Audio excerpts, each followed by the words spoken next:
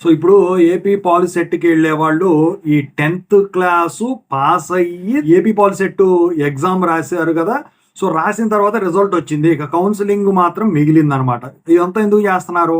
డిప్లొమాలో join అవ్వటానికి. So మీ అందరికి కూడా ఈ డిప్లొమాలో జాయిన్ అయ్యే ముందు ఒక గుడ్ న్యూస్. మీకు గనక ఇది ఎలిజిబుల్ అయితే మీరు చేసుకోవడం మంచిదండి. డిప్లొమా చదివేటప్పుడు మీకు మంచి హెల్ప్ అవుతుందండి. సో ఇంతకీ అది ఏంటి? దాని రిక్వైర్మెంట్స్ ఏంటో కూడా చెప్తాను. అసలు వివరంగా ఏ టు జెడ్ మొత్తం కూడా మీకు చెప్తాను. ముందుగా అయితే ఇంతవరకు ఈ ఛానల్ సబ్స్క్రైబ్ చేసుకొని వాళ్ళు ఎవరైనా ఉంటే సబ్స్క్రైబ్ చేసుకొని ఈ వీడియోని లైక్ చేసి షేర్ చేయండి. మీకు గనక నాతో మాట్లాడాలని ఉంటే కాల్ మీ 4 ద్వారా కాల్ చేయండి. Telugu engineering education Telegram channel అయితే బీటెక్ వాళ్ళు. ఇక డిప్లొమా ఛానల్ మనది ఒకటి ఉంది. డిస్క్రిప్షన్‌లో లింక్ ఉంది. దాంట్లో ఖచ్చితంగా జాయిన్ అవ్వండి డిప్లొమా జాయిన్ అవ్వాలి అనుకునేవాళ్ళు. సో ఈ వీడియోకి ఒక హైప్ ఇవ్వండి. ఇక టాపిక్‌లో వెళితే ఏంటంటే ఇప్పుడు డిప్లొమాలో జాయిన్ అవుతారు. ఇప్పుడు పాలిసెట్ కౌన్సెలింగ్ జరుగుతది. మీకు సీట్ వస్తది. సీట్ వచ్చినా రాకపోయినా మేనేజ్మెంట్‌లో 20,000, 23,000, 25,000, 15,000 కట్టి ఏదో ఒక కాలేజీలో జాయిన్ అవుతారు కాలేజీని బట్టి. జాయిన్ అయిన తర్వాత ఏమవుతుంది మీకు? ఇప్పుడు సెమిస్టర్ విధానం ఉంటది. ఇంటర్‌లో అనుకోండి ఫస్ట్ ఇయరు, సెకండ్ ఇయరు అని చెప్పేసి ఉంటుంది. కానీ ఇక్కడ వచ్చేసరికి ఏంటంటే మీకు సెమిస్టర్ విధానం అనేది మీకు ఉండటం అయితే జరుగుతుంది. మొత్తం 4 సంవత్సరాల్లో ఏపీలో కాబట్టి ఫస్ట్ ఇయర్‌లో ఒక సెమిస్టర్ ఉంటది. సంవత్సరం మొత్తం అయిపోయిన తర్వాత. అదే తెలంగాణలో అయితే 2 సెమ్‌లు ఉంటది. అయితే ఏపీలో ఒక సెమిస్టర్ ఉంటదిగా ఫస్ట్ ఇయరు. ఆ తర్వాత సెకండ్ ఇయర్, థర్డ్ ఇయర్‌లో 2 2సు 4, 4+1 5 సెమిస్టర్స్ చదవాలి మీరు. సో చదివిన దాంట్లో 5 సెమిస్టర్స్‌లో first year, second year 2, 3, third ఇయర్‌లో 1, 4 సెమిస్టర్‌లు ఎగ్జామ్స్ రాయాలి. ఒక సెమిస్టర్ వచ్చేసరికి ఇండస్ట్రియల్ ప్రాజెక్ట్ ఉంటుంది. సో ఇప్పుడు మీరు గమనించినట్టయితే ఇప్పుడు సెమిస్టర్ విధానంలో ఫీజులు కట్టుకోవాలి. ఇక సబ్జెక్ట్ ఫెయిల్ అయితే సప్లీలు కట్టుకోవాలి. టెక్స్ట్ బుక్స్ కొనుక్కోవాలి. అదే ఇంటర్న్‌షిప్‌కి అయితే డబ్బులు పెట్టి మీరు ఎక్కడన్నా చేసుకోవాలి. మరి ఇప్పుడు ఇంటి దగ్గర నుంచి తిరిగితే ఒకవేళ మీకు ఫ్రీ బస్సు గనక పోతే బస్ ఛార్జీలు పెట్టుకోవాలి. ఇవి కాకుండా ఇంకేమైనా అడిషనల్ ఫీజు ఏమన్నా ఉంటే అలాంటివి కట్టుకోవాల్సి ఉంటుందన్నమాట. సో ఇవంతా కూడా ఏంటంటే మీకు ఖర్చుతో కూడిన వ్యవహారం. ఇక ఇప్పుడు ఇదంతా ఎందుకు చెప్తున్నానంటే మీ అందరికి కూడా ఒక గుడ్ న్యూస్ అండి.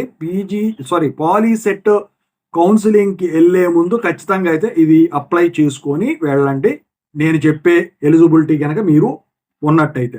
అదేంటంటే ఇక్కడ 10వ తరగతి ఎవరైతే పాస్ అయ్యి ఉన్నారో అది కూడా మెరిట్ స్టూడెంట్స్ ఉంటారు. వాళ్ళందరికి కూడా వచ్చేసరికి వీళ్ళు ఒక గుడ్ న్యూస్ చెప్పారండి. వీళ్ళకు ఈ చదువులో వచ్చేసరికి ఆర్థిక సాయం చేయడానికి, ఈ డిప్లొమా చదివే వాళ్ళకి ఆర్థిక సాయం చేయడానికి గానివ్వండి, లేకపోతే ఆ తర్వాత మీరు బీటెక్‌లో జాయిన్ అవ్వాలనుకోండి. ఆ బీటెక్‌లో చదివేటప్పుడు దానికి స్కాలర్‌షిప్ కొనసాగింపు చేయటానికి కానివ్వండి, ఫీజుల పరంగా గానివ్వండి, పుస్తకాలు కొనుక్కోవడానికి గానివ్వండి, హాస్టల్ ఫీజు కట్టుకోవడానికి కానివ్వండి, లేకపోతే ఆర్థిక భరోసా అంటే ఇప్పుడు చదువు ముందుకు వెళ్ళటానికి కానివ్వండి, వీటన్నిటికి వచ్చేసరికి వీళ్ళు స్కాలర్‌షిప్‌లు ప్రొవైడ్ చేయటానికి అప్లికేషను స్టార్ట్ చేశారు. అది జూన్ 20, 2026 వరకు మీరు అప్లై చేసుకోవచ్చు. అయితే దీనికి 10వ తరగతి మెరిట్ స్టూడెంట్స్ అయ్యి ఉండాలి. సో అయితే దీనికి 10థ్ క్లాసు 2026లో పాస్ అయ్యి ఉండాలండి ఈ సంవత్సరం వాళ్ళు. అయితే ఇక్కడ దానికి ఎలిజిబిలిటీ ఏంటి? ఏ ఫిజికల్లీ హ్యాండిక్యాప్డ్ కాకపోతే 90% మార్కులు ఉండాలండి 10థ్ క్లాస్ దాంట్లో. అదే ఫిజికల్లీ హ్యాండిక్యాప్డ్ అయితే 75% మార్కులు సరిపోతాయి. అయితే ఈ కుటుంబం ఇన్‌కమ్ వచ్చేసరికి అంటే మీ ఫ్యామిలీ ఇన్‌కము ఇయర్‌లీ 2,00,000 లోపే ఉండాలి. అప్పుడే మీరు దానికి ఎలిజిబుల్ అవుతారు. అయితే ఈ స్కాలర్‌షిప్ వల్ల ఉపయోగం ఏంటంటే ఇప్పుడు మీరు డిప్లొమా చదివేటప్పుడు ప్రతి సంవత్సరం రూ. 10,000 వరకు వాళ్ళు ఆర్థిక సాయం చేసేదానికి ఉంటుంది. సో ఇక కొన్ని సందర్భాల్లో అదనంగా రూ. 75,000 వరకు కూడా మీకు ఇచ్చేదానికి ఉందండి. అయితే మరి దీన్ని ఎలా అప్లై చేయాలి? అసలు దీనికి అవసరమైన డాక్యుమెంట్స్ ఏంటని చెప్పేసి మీరు అడగొచ్చు. సో అయితే ఇందుట్లో మీకు కావాల్సిన డాక్యుమెంట్స్ ఏంటంటే 10థ్ క్లాస్ మెమో. మీరిప్పుడు పాస్ అయ్యారు కదా! 10థ్ క్లాస్ మెమో తీసుకుంటారు కదా! సో ఆ 10థ్ క్లాస్ మెమో అనేది అవసరం అండి దానికి. స్కాన్ చేసి పెట్టుకోండి. ఇక ఇన్‌కమ్ సర్టిఫికేట్ ఏదైతే లేటెస్ట్‌ది ఉంటదో అది స్కాన్ చేసి పెట్టుకోండి. ఆధార్ కార్డు ఏదైతే ఉంటదో అది స్కాన్ చేసి పెట్టుకోండి. ఆధార్ కార్డులో కొన్ని తప్పులుంటాయి అది కూడా చెప్తాను. ఇక పాస్‌పోర్ట్ సైజ్ ఫోటో ఒకటి స్కాన్ చేసి పెట్టుకోండి. ఇక బ్యాంక్ గనక ఏదన్నా ఉన్నట్టయితే దాని స్టేట్మెంట్ బ్యాంక్ డీటెయిల్స్ ఉంటాయి కదా, అది bank book first page copy scan చేసి పెట్టుకున్నా సరిపోతుంది. ఇక ఫిజికలీ హ్యాండిక్యాప్డ్ వాళ్ళైతే ఫిజికలీ హ్యాండిక్యాప్డ్ సర్టిఫికేట్ ఇవన్నీ కూడా మీరు అప్లోడ్ చేయాల్సి ఉంటుందండి.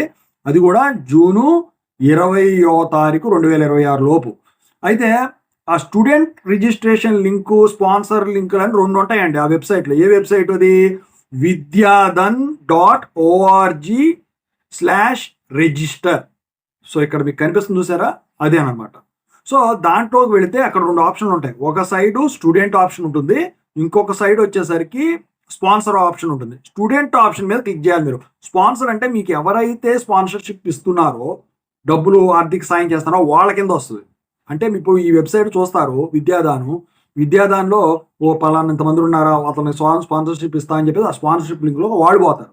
మీరు స్టూడెంట్ కాబట్టి దాంట్లోకి వెళ్ళి రిజిస్టర్ అవ్వాలి, ఇవన్నీ కూడా అప్లై చేయాలి. అది కూడా జూన్ 20వ తారీఖు లోపు. ఒకటి గుర్తుంచుకోవాలి, ఇది అప్లై చేసే లోపు మీకు ఒకటి చెప్తాను. ఇప్పుడు మీరు ఆధార్ కార్డు ఏదైతే ఉందో దాన్ని అందులో పెడుతున్నారు. మీ 10th క్లాస్ సర్టిఫికేట్లో నేమ్, మీ 10th క్లాస్ సర్టిఫికేట్లో డేట్ ఆఫ్ బర్త్, అవి ఏవైతే ఉన్నాయో ఈ ఇన్కమ్ సర్టిఫికేట్లో కానీ, ఆధార్ కార్డులో కానీ, బ్యాంక్ డీటెయిల్స్ మీరు ఏవైతే ఇస్తారో అవి కానీ సేమ్ ఉండాలి. ఏ మాత్రం డీవియేషన్ వచ్చినా కూడా మీకు ఆ స్కాలర్షిప్ అనేది శాంక్షన్ అవ్వదు. చెప్పాను కదా దాని రిక్వైర్మెంట్స్ ఏంటని చెప్పేసి.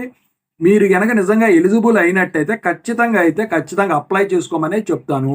ఆ తర్వాత కౌన్సిలింగ్కి వెళ్తే మీకు సీట్ వచ్చింది అనుకోండి, మీకు మీ అర్హతను బట్టి వాళ్ళు మిమ్మల్ని క్వాలిఫై చేసి మీకు ఇప్పుడు ఏ అయితే నేను బెనిఫిట్స్ చెప్పానో ఇవన్నీ కూడా వాళ్ళు మీకు సమకూర్చే విధంగా అయితే ఖచ్చితంగా అయితే ఉంటుంది.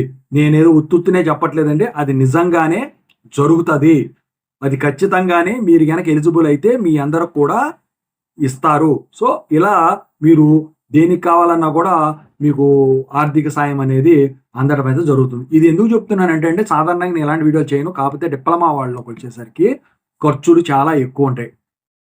సెమిస్టర్ విధానంలో ఇట్లా మీరు ఇట్లా చూసేలోపు రిజల్ట్ వచ్చేస్తుంది. నెక్స్ట్ సెమ్ కూడా ఎగ్జామ్ రెడీగా ఉండాలి మీరు. ఓకేనా? సో అందుట్లో మళ్ళీ కాలేజీలో ఎక్స్ట్రా ఫీజులు ఏమైనా ఉంటే అవి కూడా కట్టాల్సి ఉంటుంది. ఒక్కోసారి వచ్చేసరికి లేట్ ఫీజు, డబ్బులు అందక పరిస్థితులు ఉంటాయి ఎగ్జామ్ ఫీజు కట్టడానికి. తత్కాల్లో ఫీజులు కట్టాల్సి ఉంటుంది. సో ఒకవేళ సబ్జెక్టులు పోతే సప్లీలు కట్టాల్సి ఉంటుంది. సో ఇలా ఉంటుందన్నమాట. అంటే ఫస్ట్ సెమ్లో అంటే ఫస్ట్ ఇయర్లో వచ్చేసరికి 6 సబ్జెక్టులు వేసుకోండి, రఫ్గా చదువుతున్నాను మామూలుగా. 6 సబ్జెక్టులు వేసుకుంటే సెకండ్ ఇయర్ నుంచి సెమిస్టర్ విధానంలో ఖచ్చితంగా 6 సబ్జెక్టులు ఉంటాయి. సో మొత్తం 3 సెమిస్టర్లు ఉంటుంది కదా సెకండ్ ఇయర్ నుంచి. 6 3 18 సబ్జెక్ట్స్, ఫస్ట్ ఇయర్ 6 24 సబ్జెక్ట్స్. మీరు తెచ్చుకునే క్రెడిట్స్ని బట్టి ఉంటుంది. ఓకేనా? సో ఇవన్నీ కూడా ఇందుట్లో ఉంటాయండి. ఇంకా చాలా వీడియోలు చేస్తాను మీకు కనుక ఇంట్రెస్ట్ ఉన్నట్టయితే. ఓకేనా? ఖచ్చితంగా అయితే అప్లై చేసుకోండి.